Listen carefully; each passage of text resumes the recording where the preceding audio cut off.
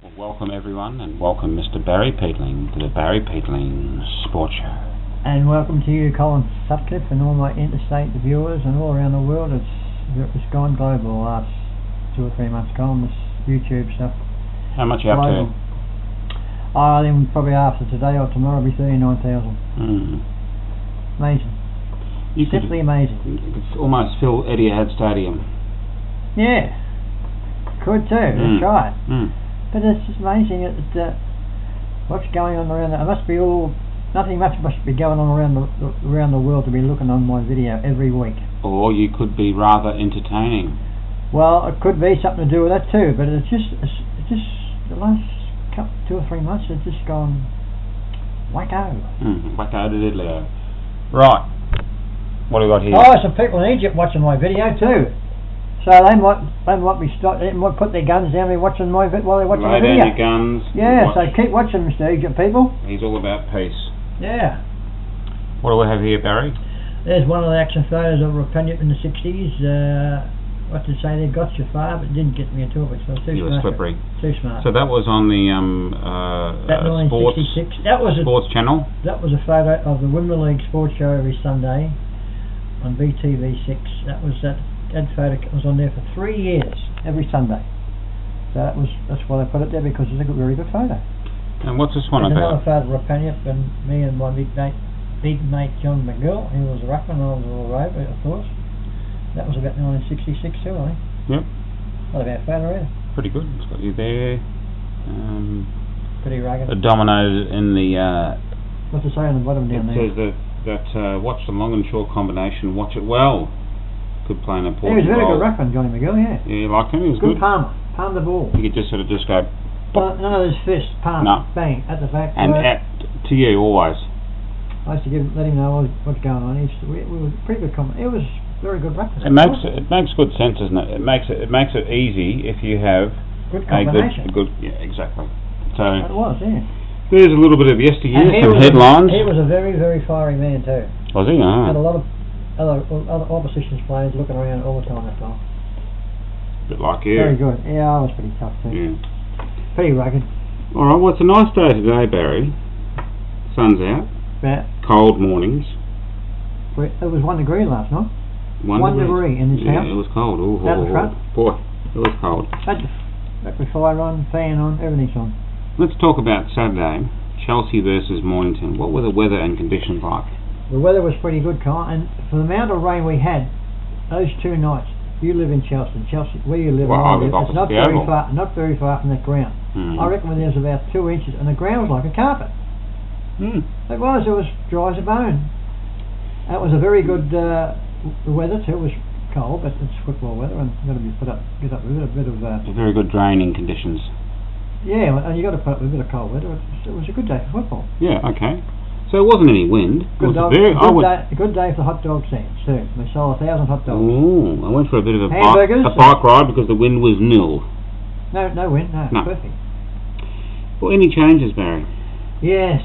Out was Nightingale, Casper Ritz, Nathan Harrington, and Jesse O'Dell. Incoming was Brooke, newcomer, Williams, Noel, another newcomer. Play alright too, Noel. Newcomers? Yeah, under 18s, and Jerusi. Yeah, those 2 fellows are under 18s. Brooke and Noel's going to be alright. Look, all we got to do next year, I was talking to Max, one of the committee men of the footy club, and I said, all we need is about 4 or 5 good players imported, right? Because we've got a half a dozen of under 18 kids who are going to be alright. They're going to be the future for Chelsea for the next few years. But we get 3 or 4, at least 4 or 5 experienced players that can you can build around them. But we've got some very good young kids coming up. I tell you, and this Missy, who didn't play, is going away for the weekend. He's going to be a star too. Very good.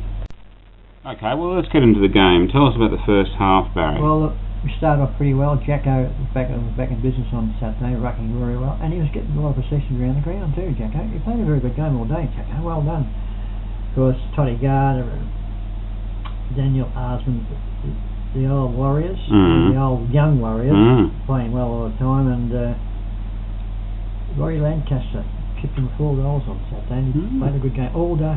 The Whiz? Yeah, the Whizzer. Yeah. And but it was well, they were 4 goals. Half-time scores. We were 3-6 and they were 7-7. But they didn't look as. I mean, they were top side, top 2 sides. So they were leading fairly comfortably at half-time. 4 goals. 4 goals. So let's get into the second half, Barry. Well, the second half we started picking up a bit because, as I said, the last few weeks we've been just dropping off straight away. But Toddy Gardner again, he had about 20 possession in the first two quarters. Wow. Robbie Lasser kicked a couple of nice goals. Matty Potton was playing well in the back pocket. Playing very well, Matty Potton. Had a very good game, Matty Potton. Bradley Clark was always playing well, and 2-2, and it was a pretty good third quarter. And we sort of were 3 goals behind. Yeah. But the last quarter, we'll talk about the last quarter. You go on. The last quarter, we kicked 4 goals. Put a bit of a guide there. So in the last quarter, it was anyone's game, wasn't it? We come back. We kicked. Did we take the lead? We hit the front by 1 point in the last 3 minutes. 10-13 to 11-12. I mean, they are the second top side. We haven't got anywhere near some of the other sides, but we hit the front with 3 minutes to go. 2 or 3 minutes to go. You were there. I was there, yeah. There's a sad thing that happened in the third quarter. Bradley Clark went down. We didn't know what was wrong, but he came off the stretcher, and he's apparently, the latest diagnosed was a crook ankle. Could be a broken ankle, but hopefully it could be ligament. But he was in big pain coming off the ground, carried off the stretcher. But when he went off, that was a big blow, I tell you now. But we did fight on. 2-2. Everyone who keeps rubbish. He played a very good game. He played a very good game all day, 2-2. And of course, Robbie Lancaster kicked the 4 goals. But it was a very probably an uplifting. Should give him a bit of an uplifting for the next couple of weeks, because that was a very good effort to get within. So what was the final score, Barry? The final score was Chelsea 10-13 and Mornington 11-12. And we kicked 4 goals in the last quarter against the top side. Which they've been letting themselves down in recent times. That's the understatement of the year. We've been pathetic. And we just, as I say, some of these young kids, and of course, I mean, when you lose a star like Bradley Clark in the third quarter, he was dominating the first half of the quarter, I tell you now. And to lose him and still fight back, and that was a very good effort by Chelsea on Saturday to get within a point of 5 points on the top side. Give us the goal kickers. The goal kickers for Chelsea: Robbie Lancaster kicked 4.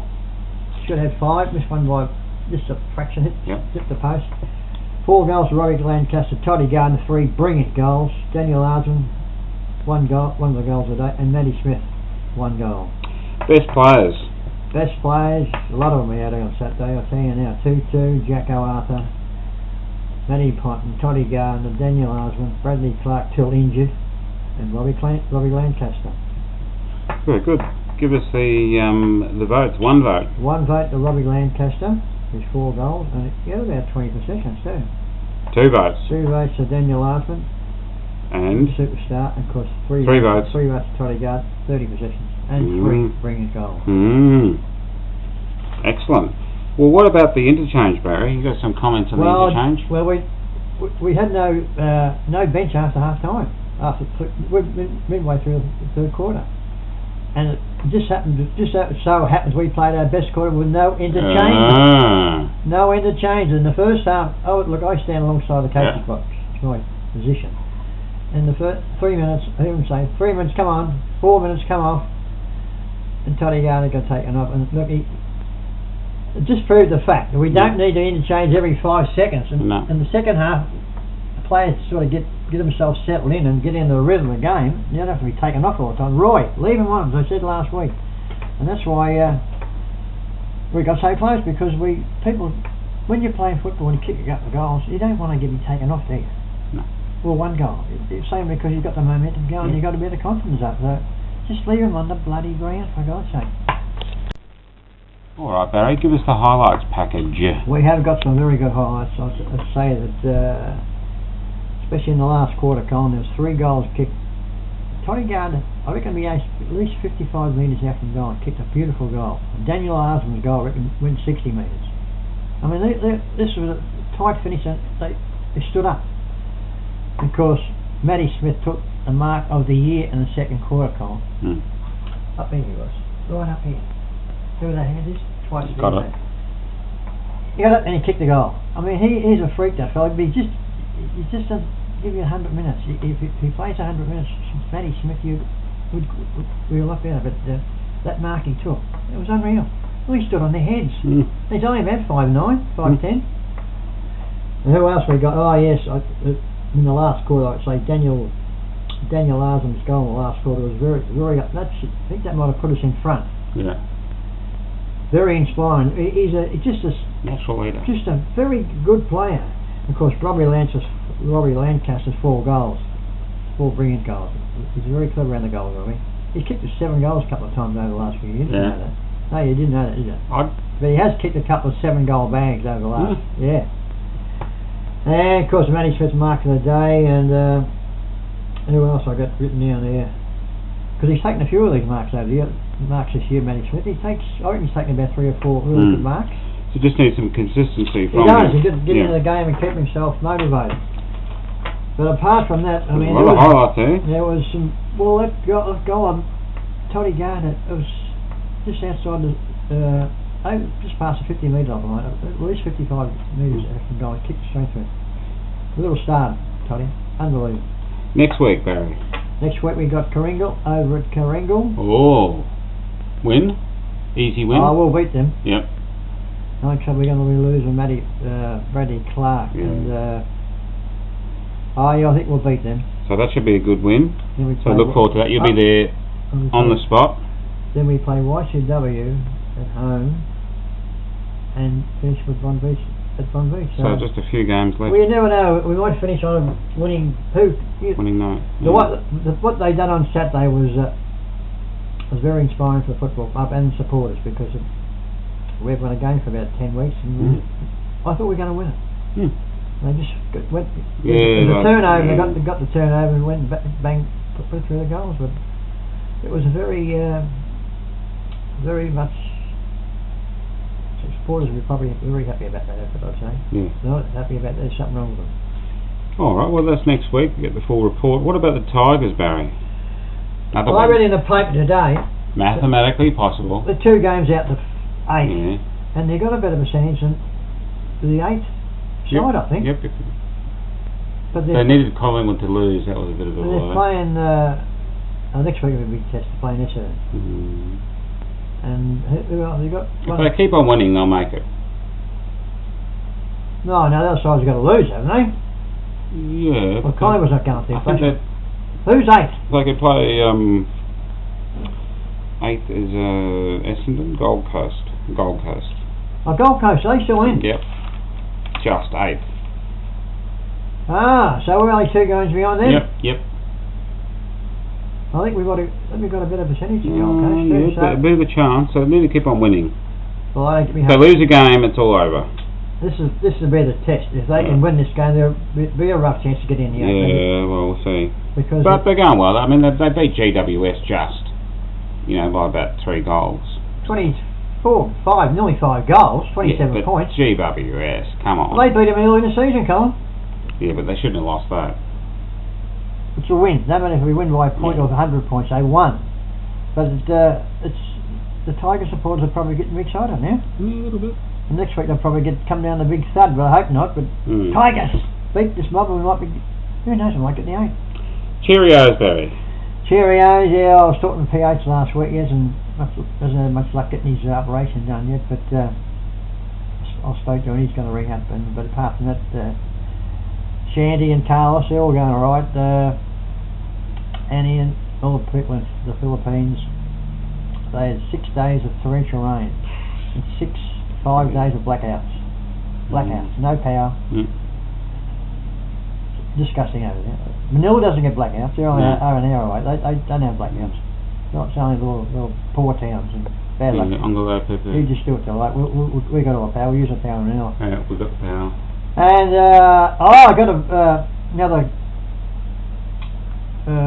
another friend who was in, he reckons he used to go to school with me in Lithgow Street, Robert, him and his wife, they found me on YouTube. I said, I'll give you a mention. I forget your wife's name, Robert. I think it was Robert. He rang me up and we were talking about the old school days, and he reckons that I was playing in one of the YCW sides, but he was 4 years younger than me. He said, but you had a team there with my name there. I said, well, I don't know. I suppose it's got my name there. I must have played there, mustn't I? But anyway, but he was 4 years old. 4 years difference back in them days. It's a big thing, wasn't it? Yep. Well, I mean, 1 year. Anyway, cheerio to you, Robert, and your wife. Thanks for giving me a call, and that's about all I got for today. I'll see you next week. Goodbye. Alright, so especially forward fellas at all stoppages, make sure even though you're not at the actual stoppage yourself, make sure you command best position and in front, alright, or inside, get your arm across. Alright, so that kick out, you should also have your arm across, alright, none of your damage. Right, ball use which we spoke about, we need to make sure that we're a little bit better with our ball use across the field because they're pretty sharp when the ball gets in their hands on the rebound, they'll touch up a little bit. Okay, our pressure and our tensity's been really good, but don't give that spare opportunity, alright? And once again, that comes down to your voice as well, because we need to know what's going on around us. Right, Arzy had that ball, just as an example, Arzy had that ball coming through the middle there. He got from half back, he ran, he got to about the centre circle, there was no voice whatsoever, he could have ran, nearly carried it into the arc, didn't he? Right, but he had no voice whatsoever, so he had to keep it and it pretty well turned over. Right, so we need communication across the field. Right, everyone get it? We're on there. Yeah. Let's fucking do it, boys. Alright, it's the easiest thing to do. You just got to put it in your plan. Right, with our point kickings, they go quick, I reckon, to go. Right, just a lot of times when we're kicking in, we're going slow, we're having to kick to an out number and going long. Well, they're giving us that 1 inch short, but they're giving us a lot of space as well. Right, so let's get it once again, we've got talk, you've got 10, 15, you've got 20 metres. Right, tell the bloke's got the footy in, let's fucking go, let's run and carry it out there, we don't need to overuse it. I reckon the kicking, wherever Jacko goes, send Fia with him, because Fia's a good marking option. Get something up, or if you can isolate Fia out there, because Fia's opponent wants more than him as well. Too big a body. Yeah, too big a body. Makes him an option as well. That's going to stay there. And then use your voice, work it out. That's it, we just need to be talking to each other, we need to be communicating. I'm loving that you communicate in here, fellas. We're trying to work our way through it. Right, because this game's nowhere near out of our grasp, is it? You've got 3 or 4 goals in front, you keep back, they just keep hitting those cheap ones on the rebound. Right, let's get a couple of fucking cheap ones our way, eh? Let's start putting a bit of pressure on them. Right, communication in general we talked about, it just wants those third man up. Like going up the mark, third man up is a fucking no-go, it's a no-go and then it's a step high. Right, because what's happening is we just hit it straight back to them. Right, so we can work on that training at the moment, you can do it, if you've got a spare there, someone calls Richie up or whoever it is, or Jace, but just make sure someone's there, just don't go up there for the sake of fucking going up because they've got numbers around those stoppages. Alright, but once again, let's go man on man, right, let's hedge our bets. Alright, let's get a 50-50 chance. Jacko's fucking killing him in the rush too, Brooks killing